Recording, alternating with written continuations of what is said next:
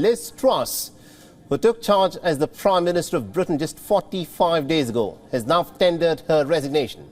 She has said that she could not deliver the mandate for which she had been elected, and therefore she was stepping down from both the positions as the leader of the Tory party and also as the Prime Minister of Britain.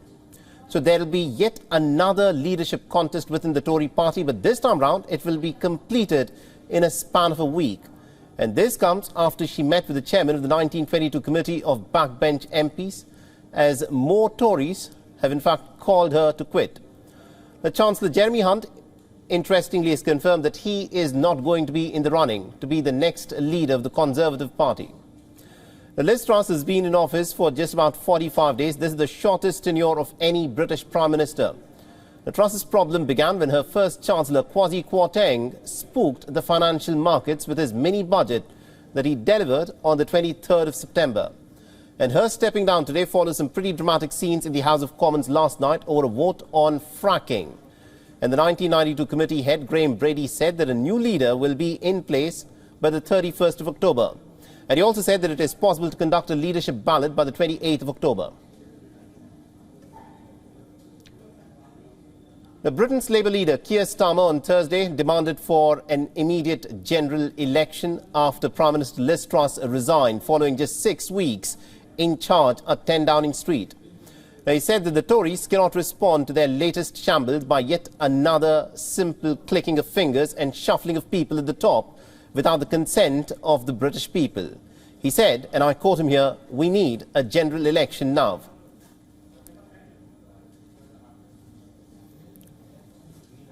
So let's also again listen in to what Liz Truss in fact said as she stepped up to the podium in front of 10 Downing Street just before she announced her resignation. I came into office at a time of great economic and international instability.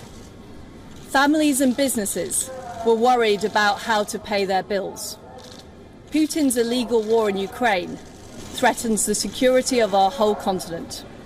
And our country has been held back for too long by low economic growth.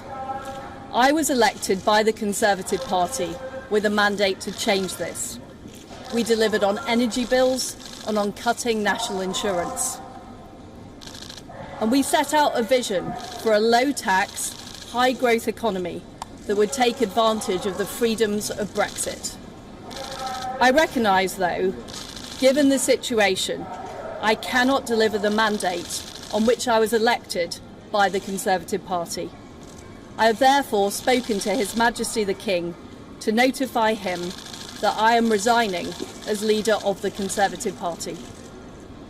This morning I met the chairman of the 1922 committee, Sir Graham Brady. We've agreed that there will be a leadership election to be completed within the next week. This will ensure that we remain on a path to deliver our fiscal plans and maintain our country's economic stability and national security. I will remain as Prime Minister until a successor has been chosen. Thank you. All right, so that of course was the big announcement that Liz Truss made from in front of the 10 Downing Street. No one expected that things would precipitate in the manner as they did. Everyone expected that Liz Truss's days at 10 Downing Street were numbered, but no one thought that this would be the manner in which she would ease herself out of this very difficult position. And also to provide us with more insights in terms of what is now likely to happen next in British politics, we're being joined by Dr. Nigel Fletcher, who's a political historian at King's College London. Now, Dr. Fletcher, thank you very much indeed for taking time out and speaking to us here on WION. Now, this is, of course, an extremely difficult political moment in British history. Liz Truss, the woman who took charge at 10 Downing Street, has resigned in 45 days since she's taken charge. Do you think it was simply untenable that she could have continued further, and which is what prompted her to resign? Yes, I mean, clearly it has been seen as untenable for some time, but as someone quipped a while back, under other prime ministers, we saw Theresa May, where her leadership was described as untenable, and that went on for quite a long time. And the same is true of Boris Johnson. If we think back to what led Liz Truss to becoming prime minister, there were many months over which Boris Johnson was said to have to be in the last chance saloon, his leadership been given a last chance, and that went on for a long time. So we're getting quite used to prime ministers whose leadership has been seen as untenable, but they seem to last quite a long time in the past. Liz Truss, as you say, now going to be entering the history books in the place that she would not have wanted to be, which is as the shortest serving prime minister in British history. And I think what we're seeing is that the Conservative Party is becoming increasingly desperate in its attempts to ensure that leaders who are seen as failing are removed quickly. It's always had a reputation for being ruthless, but that's one which we're now seeing absolutely delivered. Absolutely, indeed. Do continue to stay on with us, Dr. Fletcher. I'm told that my colleague Alex Isat is also joining us live from London at this point of time. Now, Alex, half an hour back when we spoke with you last, it was extremely tricky in terms of predicting as to what was likely to happen next within the Tory party as to who is likely to succeed. Do we, at this point of time, know as to who will be the candidates who will be in the running to be the next leader of the Tory party? Well, it's still all up in the air at the moment. There's been quite a few sources that suggest Kemi Badenoch will actually be put forward. She does have the ear of a lot of the Conservative MPs, and she did go quite far in the leadership contest when Boris Johnson was outed. Now, on quite an amusing note, shall we say, both the Telegraph and the Times are suggesting that Boris Johnson is going to go in for the running, which will be a complete turnaround from he's currently apparently in the Caribbean talking to advisors and exactly what he should do to be pushed forward. Now, if he does manage to get through to this leadership and then he is also put back in charge, there's going to be a lot of questions about why was he ousted in the first place to let the market struggle as much as it did. And Labour will definitely take this advantage to say, well, the Conservative parties couldn't run anything and they're now going back in time to try and get Boris Johnson to be the Prime Minister. So those are two that are being bandied about at the moment. Obviously, Rishi Sunak is likely to be very, very interested in the role. Ben Wallace has been put up there. He's currently the Defence Secretary, and he has been very vocal about wanting to make sure that we still have enough money given to the defence security of the UK and also our international funds. And then also we've got Penny Mordaunt there, who her name's also been bandied about. When she stood in the other day for Liz Truss, she came across as a very strong and capable individual. So there's these couple of names out there, but again, it's not quite 100% clear who the Tory party actually want to go forward.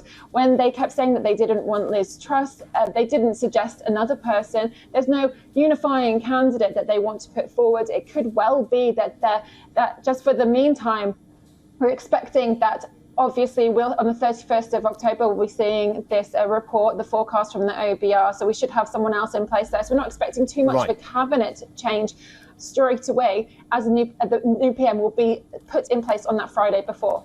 Absolutely, indeed. So there are quite a few names that are, of course, doing the rounds. It's all, of course, remember, in the realm of speculation, and nothing is really quite clear. And Dr. Fletcher, if I can bring you in on this, as you are a political historian, can you think of another time in the history of Britain when the Tory party has been incomplete, where the leadership of the Tory party is in such utter disarray? Is this the worst that the Tory party has seen? Well, to answer you very directly, no, I absolutely can't. This is an absolutely extraordinary prospect that we are seeing and have seen over the past few years. It's almost as though the Conservative Party is sort of turning itself into a sort of reality TV show. It's the kind of discussion we're having now about Boris Johnson throwing his hat in the ring to come back as a kind of like end of season twist at the end of this. It is absolutely extraordinary, the level to which this has become a kind of psychodrama in the Conservative Party, fueled by the sort of instability that we've seen in recent years. I don't think there is a precedent for that.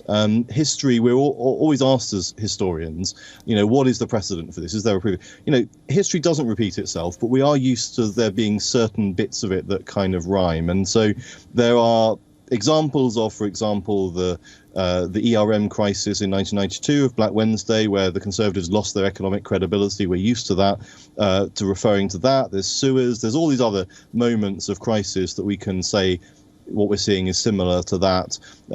Prime ministers who've lost their authority and been removed, Margaret Thatcher, others. There are all sorts of things, but all of them coming together in this small window of time in this, quite hysterical way is absolutely unprecedented. And I think that, as I say, as historians, we're living through history all the time, but I can't think of a parallel, no. Absolutely. As they say, we live in unprecedented times. Thank you very much indeed to Dr. Fletcher, and also to my colleague Alex Isaac, who joined us from London. This, of course, is the big story that we are tracking through the day at WION, and we'll keep track of it. But for the time being, though, let's, of course, take a look at what, of course, is happening in British politics, because Liz Truss, the person who stepped up at 10 Downing Street, who was elected to try to turn things around from Britain, has now said that she simply cannot deliver on the mandate for which she was elected, and therefore she has now said that she's stepping down from the position as the leader of the Tory party and also as the Prime Minister of Britain. I was elected by the Conservative Party. I cannot deliver the mandate that I am resigning as leader of the Conservative Party. WION is now available in your country. Download the app now and get all the news on the move.